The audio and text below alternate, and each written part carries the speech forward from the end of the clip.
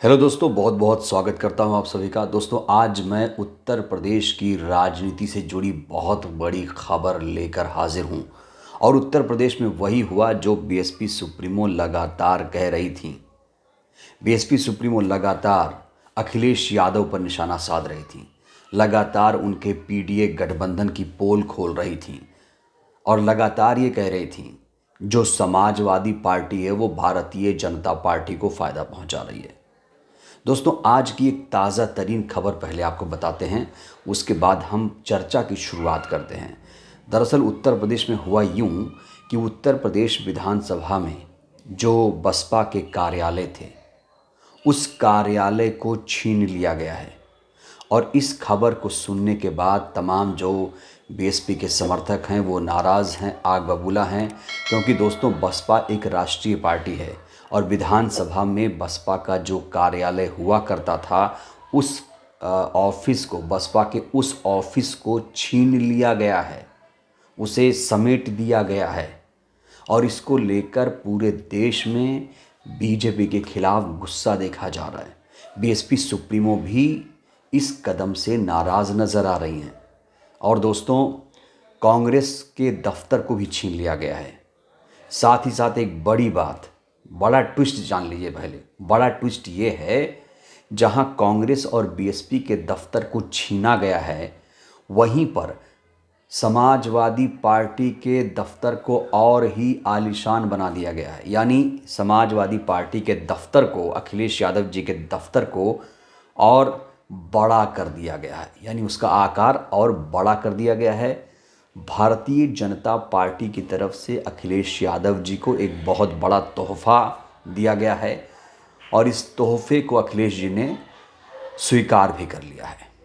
तो दोस्तों, बसपा के कार्यालय को छीने जाने के बाद पूरे देश में बीएसपी के समर्थक, नेता, उनके जो पदाधिकारी हैं नाराज़ हैं। बीएसपी सुप्रीमो भी काफ़ी भड़की हुई हैं। वहीं बीएसपी सुप्रीमो ने अखिलेश यादव की पीडीए की भी पोल खोल दी है, साथ ही साथ बीजेपी से मिलीभगत का भी आरोप लगा रही हैं।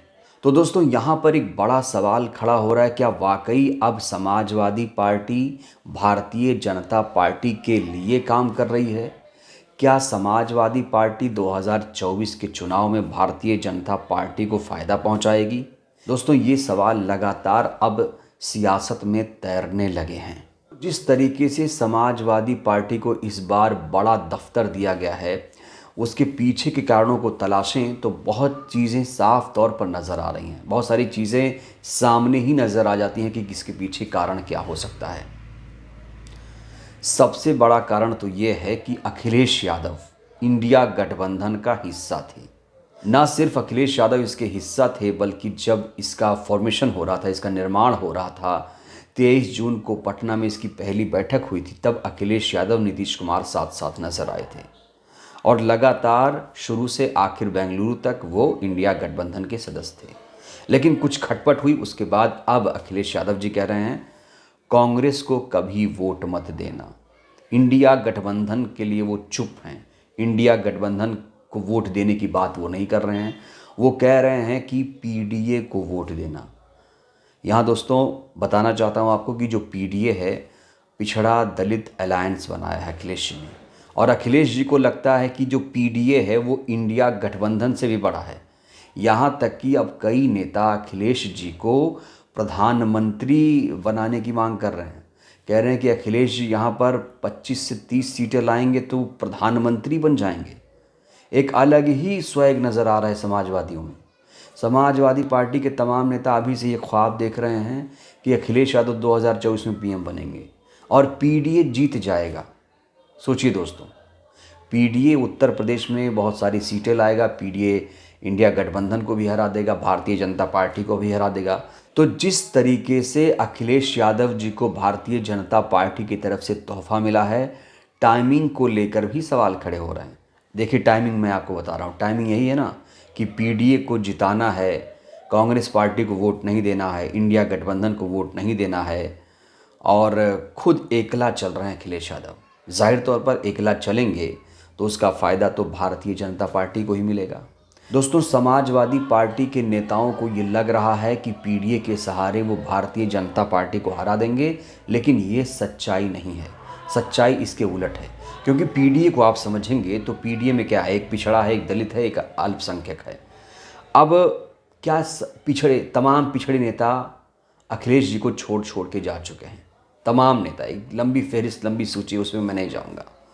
और जहाँ तक दलित वोट बैंक है, जहाँ पर दलित नेता हैं, वो भी छिटक रहे हैं।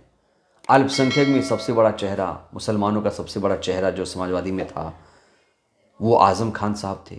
आज़म खान साहब को 7 साल की जेल हुई, लेकिन अखिलेश जी ने उस मसले पर कुछ नहीं बोला दोस्तों। ना ही आज़म खान जी से वो जेल में मुलाकात करने गए, ना ही समाजवादियों ने ज़िला स्तर या कहीं भी कोई प्रदर्शन किया, कोई धरना दिया।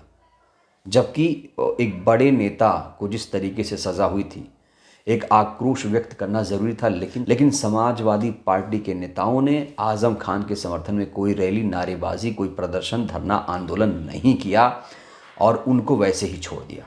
लेकिन दोस्तों, मायावती जी ने अखिलेश के पीडीए पर ज़बरदस्त प्रहार कर दिया है। मायावती जी कह रही हैं कि जिस तरीके से अखिलेश जी पीडीए बना रहे हैं, जो इनका पीडीए है, वो सिर्फ़ और सिर्फ खोखला दावा है। दरअसल ये एक तुकबंदी है।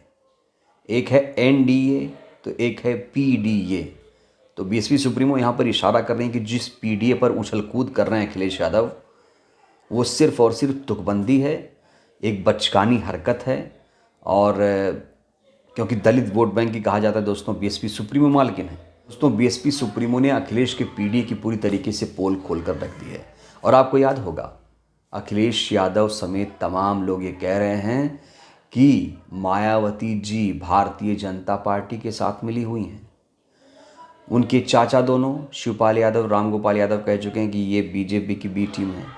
अखिलेश जी कुछ इस तरह से इशारा करते हैं। लेकिन बड़ा सवाल ये है कि ये नेता अपने गिरेबा में झांकते क्यों नहीं? ये कितने आक्रामक हो गए। सांड की खबर को दिन रात ट्वीट किया जाता है। कोई भी प्रत्यक्ष रूप से बीजेपी पर हमला नहीं बोला जाता है। आज़म खान की गिरफ्तारी के मामले पर कोई भी आक्रामक रुख नहीं दिखाया गया। तो ये किस हैसियत से कहा जाता है कि बीएसपी सुप्रीमो बी टीम है? तो एक तरफ जहां बीएसपी और कांग्रेस के कार्यालय को छीन लिया गया है, वहीं पर समाजवादी पार्टी को फ़ायदा पहुंचाया गया है। समाजवादी पार्टी को एक बहुत बड़ा तोहफा दिया गया है। अब दोस्तों, यहाँ पर एक बड़ा सवाल ये खड़ा होता है कि 2024 में क्या होगा?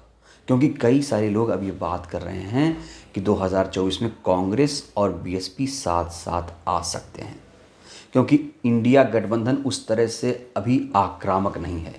इंडिया गठबंधन के एक बड़े साथी अखिलेश यादव खुद जब कांग्रेस पार्टी के खिलाफ कह रहे हैं जाने के लिए, कांग्रेस पार्टी को वोट नहीं देने की अपील कर रहे हैं, और वो खुद पीडीए को आगे लेकर चल रहे हैं, तो जाहिर तौर पर कांग्रेस पार्टी एक साथी तलाशेगी। और कांग्रेस पार्टी जाहिर तौर पर बीएसपी पर भी डोरे डाल रही है।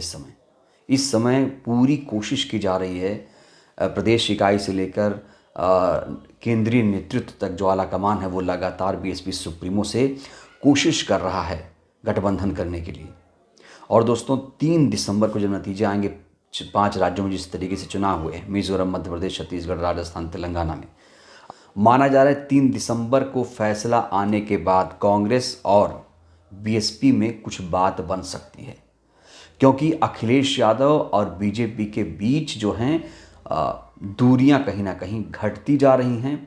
और बीएसपी सुप्रीमो ने जिस तरीके से हमला बोला था, शुरू में ही कह दिया था कि ये भारतीय जनता पार्टी के एजेंट हैं, ये भारतीय जनता पार्टी को सिर्फ और सिर्फ फ़ायदा पहुंचा रहे हैं।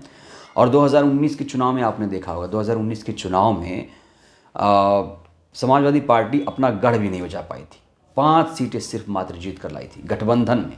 यहाँ पर बड़ा सवाल ये खड़ा होता है, क्या 2024 में कांग्रेस और बीएसपी साथ साथ चुनाव लड़ेंगे? ऐसा होगा तो क्या होगा? तो दोस्तों, 2024 के लिए कांग्रेस पार्टी पुरजोर तरीके से इस समय बीएसपी को साथ लाने की कोशिश कर रही है। और माना जा रहा है कि 3 दिसंबर के बाद कोई बड़ा निर्णय लिया जाएगा। हालांकि बीएसपी सुप्रीमो ने अभी अपने पत्ते नहीं खोले हैं। उन्होंने एकला चलने का ऐलान किया है। वो कह रही ना तो हम एनडीए के साथ जाएंगे, ना तो इंडिया के साथ जाएंगे। और ये शुरू में ही कह दिया था। और सोचिए, जो अखिलेश यादव इंडिया का दम भर रहे थे, आज वही अखिलेश यादव इंडिया की बुराई कर रहे हैं, इंडिया गठबंधन की बुराई कर रहे हैं। तो दोस्तों, 2024 में देखते हैं ऊंट किस करवट बैठता है। क्या वाकई बीएसपी और कांग्रेस साथ साथ आएंगे? और जिस तरीके से अखिलेश यादव की तरफ से ये दावा किया जा रहा है कि पीडीए के सहारे वो बीजेपी को हरा देंगे, इस दावे में कितना दम है। जिस तरीके से बीएसपी सुप्रीमो ये आरोप लगा रही है कि समाजवादी पार्टी बीजेपी को जिताने का काम कर रही है, क्या ये आरोप सही है? आपको क्या लगता है दोस्तों? इस खबर पर अपनी प्रतिक्रिया आप लोग जरूर दीजिएगा। वीडियो को लाइक करिए, चैनल को सब्सक्राइब करिए, सहयोग करिए, वीडियो को जन जन तक पहुंचाइए जिससे देश की जनता जागरूक हो।